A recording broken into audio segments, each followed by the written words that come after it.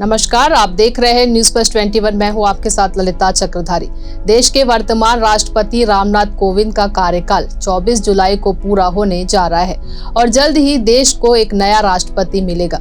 चुनाव आयोग ने राष्ट्रपति चुनाव की प्रक्रिया शुरू कर दी है और जरूरी तारीखों का ऐलान किया है। चुनाव आयोग की ओर से दी गई जानकारी के अनुसार राष्ट्रपति पद के लिए 29 जून तक नामांकन दाखिल किए जा सकते हैं और राष्ट्रपति पद के चुनाव के लिए 18 जुलाई को वोटिंग होगी। इसके बाद 21 जुलाई को चुनाव के नतीजे जारी किए जाएंगे। हालांकि अभी उम्मीदवारों का नाम ऐलान होना बाकी है। ऐसे में सवाल है कि आखिर राष्ट्रपति पद के चुनाव में कौन व्यक्ति दावेदारी प्रस्तुत कर सकता है। क्या सांसद विधायक के चुनाव की तरह ही हर कोई इस चुनाव में हिस्सा ले सकता है?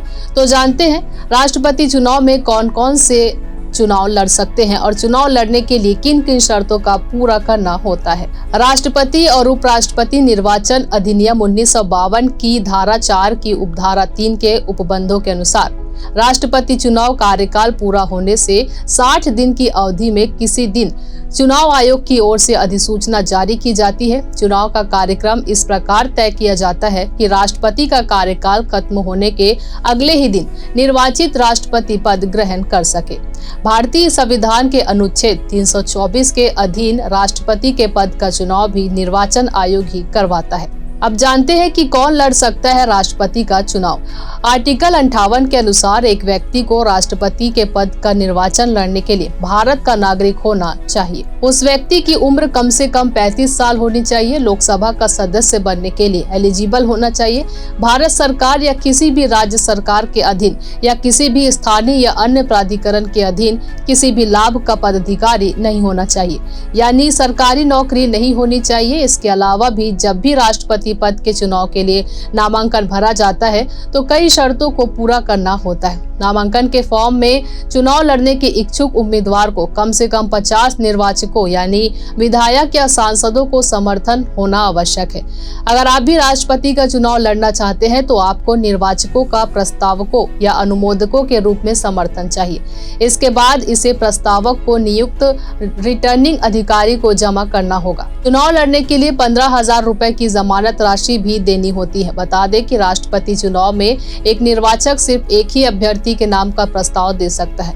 ऐसा नहीं है कि वो कई उम्मीदवारों का अनुमोदन कर दे। राष्ट्रपति पद की अवधि कितनी है, आइए जानते हैं। भारत के संविधान के आर्टिकल 56 के अनुसार राष्ट्रपति अपने पद ग्रहण करने की तिथि से 5 साल की अवधि के लिए पद धारण करता है।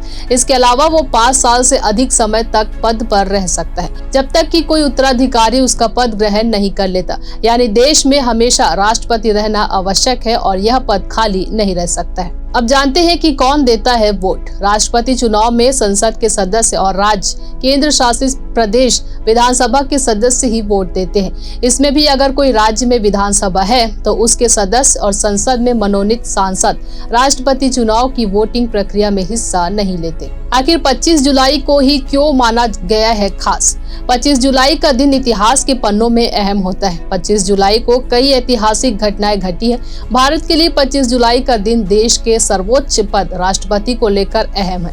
दरअसल यह ऐसा दिन है जिस दिन भारत को कई नए राष्ट्रपति मिले हैं। यानी 25 जुलाई को ही कई हस्तियों ने राष्ट्रपति पद की शपथ ली है। ऐसे में भारत के इतिहास में 25 जुलाई को राष्ट्रपति की वजह से जाना जाता है। हर 5 साल बाद 25 जुलाई को भारत को नया राष्ट्रपति मिलता रहा है। भारत के वर्तमान राष्ट्रपति रामनाथ कोविंद ने भी साल 2017 में 25 जुलाई के दिन ही राष्ट्रपति पद के लिए शपथ ग्रहण की थी।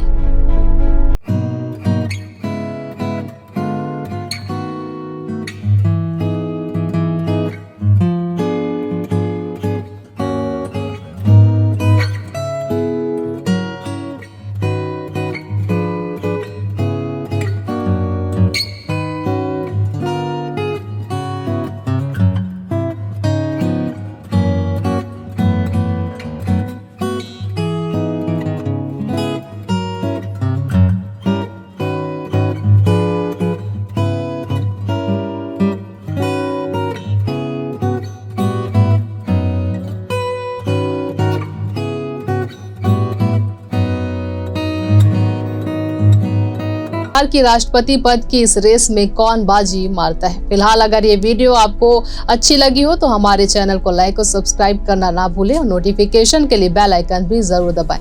देखते रहिए न्यूज़ प्लस 21, आपके हक की बात।